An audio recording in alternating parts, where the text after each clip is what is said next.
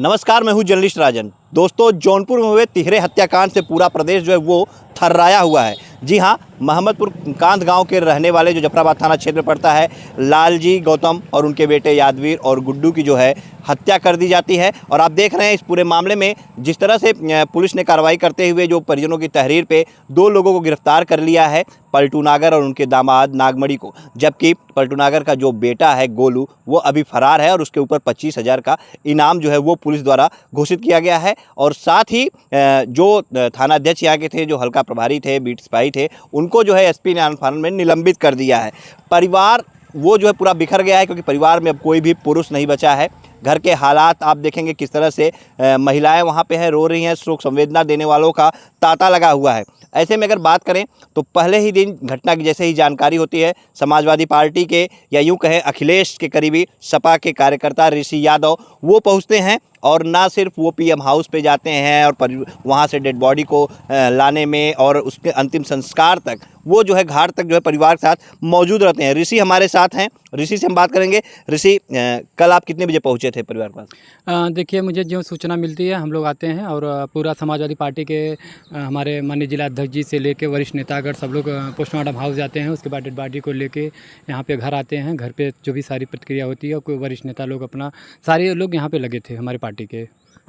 कैसे देखते हैं आप इस हत्याकांड को, चूँकि 3 मर्डर हो जाता है और एक ही परिवार के 3 सदस्यों की हत्या कर दी जाती है जघन्य तरीके से, कैसे देखते हैं आप इसे? देखिए, यह बहुत दुखद घटना है, ये हमारे क्षेत्र की घटना है। और आप देखते हैं हमारा घर मोहद्दीपुर है, इससे बगल वही मुलो से बगल में मोहम्मदपुर कांध गाँव है। मैं आपको बताना चाहता हूँ जिस प्रकार से यह घटना हुई है, कहीं ना कहीं एकदम कहीं ना कहीं सब पूरा क्षेत्र डरा और सहमा हुआ है।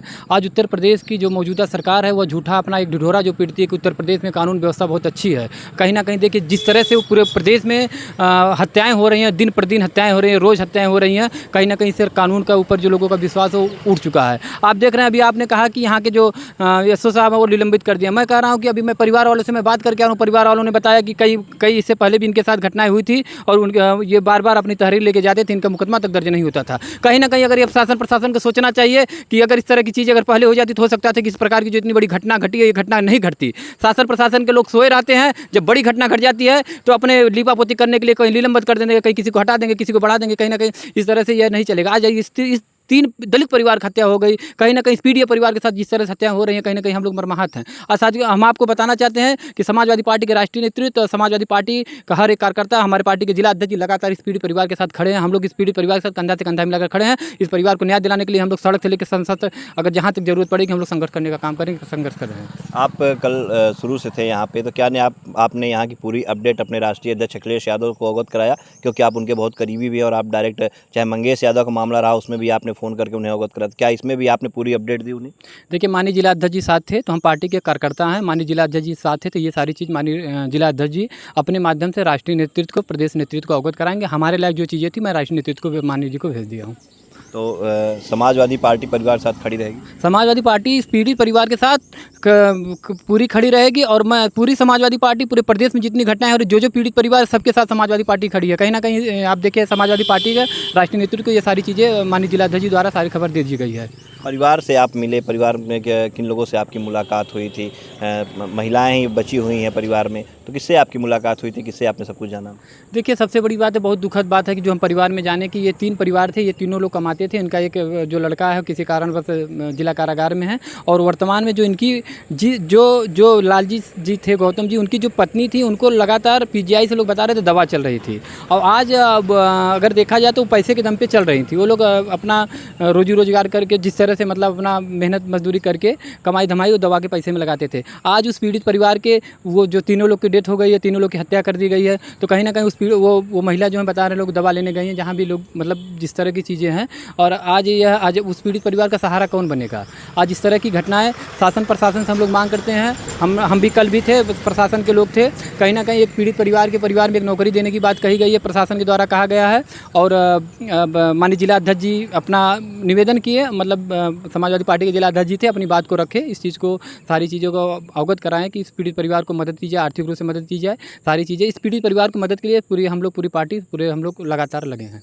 आपने एक चीज़ और अभी कहा कि पहले जब सूचना दी जाती है थानों पे तो कार्रवाई नहीं होती, चाहे आपके अनुराग यादव की हत्या का मामला देखा जाए उसमें भी यही चीज़ निकल करके आया कि वहाँ पे भी जो है कई बार जो है सूचनाएं दी जा रही थी, लेकिन जो है कार्रवाई नहीं हो रही थी। कार्रवाई अगर होती तो शायद आज अनुराग भी दुनिया में होता। तो और कहीं ना कहीं आप ये मानते हैं कि जिस तरह से अनुराग यादव के केस में अभी 7 महीने का समय हो गया, कोई कार्रवाई नज़र नहीं आ रही है, तो अगर पुलिस ऐसे कार्रवाई नहीं करेगी तो ऐसे अपराधियों का मन बढ़ेगा, लगता है आपको? पूरा का पूरा पूरी उत्तर प्रदेश जो सरकार है पूरा भ्रष्टाचार में लिप्त है। शासन प्रशासन के लोग पूरे भ्रष्टाचार में लिप्त हैं। कहीं ना कहीं गरीब पिछड़े गरीब पीड़ित परिवार के साथ कोई न्याय नहीं हो रहा है। जो पैसे के दम पे लोग अपना थाना चलाते हैं, एक जात विशेष के लोग थाना चलाते हैं। कहीं ना कहीं मैं आपको बताना चाहता हूँ कि यहाँ पे जो अगर ये अगर यहाँ पे कार्रवाई हुई होती शुरू में, अगर यहाँ पे शुरू से कार्रवाई हुई होती तो कहीं ना कहीं ये इस तरह इतनी बड़ी घटना नहीं घटती। पीड़ित परिवार ने जो बताया कि लगातार इन लोगों के ऊपर जानलेवा हमला हुआ, बहुत सारी चीज़ें जो उन लोगों ने बताया, उसके बाद इस बार अभी कार्रवाई हो गई। अगर ये चीज़ें अगर आप अच्छे से कार्य किए होते, अच्छे से अपनी चीज़ को आप किए होते तो आज 3 हत्याएं नहीं होती। इसका जिम्मेदार कौन होगा? कौन लेगा जिम्मेदारी? क्या सरकार वो तीनों हत्याएं क्या उनका वो लोग वापस आ सकते हैं? क्या ये जो लगातार जो हत्याएं हो रही है लोग वापस आ सकते हैं? इस पूरे उत्तर प्रदेश में पूरी तरह से जंगल राज कायम हो चुका है। सब लोग परेशान है, त्राही त्राही मची, लोग परेशान हैं। आज देखिए भ्रष्टाचार चरम सीमा पर, बेरोजगारी, रोजगार के नाम पे रोजगार नहीं मिल रहा है, सब लोग परेशान हैं। आज बताइए इस पीड़ित परिवार के साथ आज इस दलित परिवार की 3-3 परिवार की एक साथ हत्या हो जा रही है। बताइए, आप नहीं दहले, हम लोग नहीं दहले, सब लोग परेशान हैं। आज कहीं ना कहीं सब लोग पीड़ित हैं।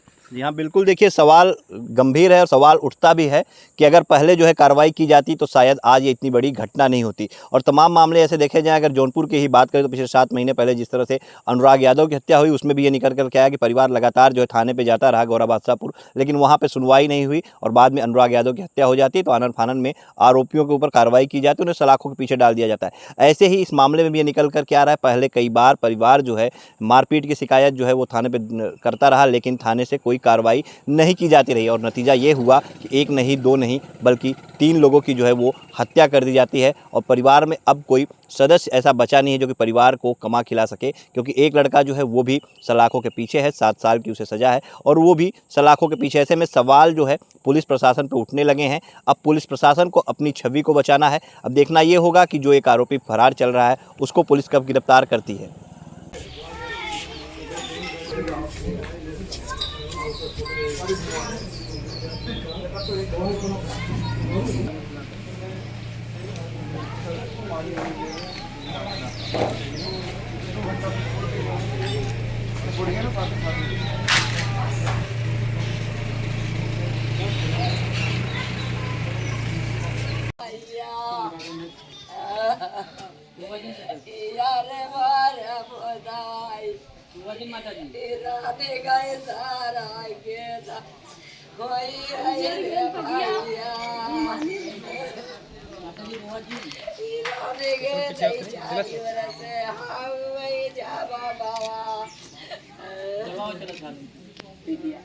माता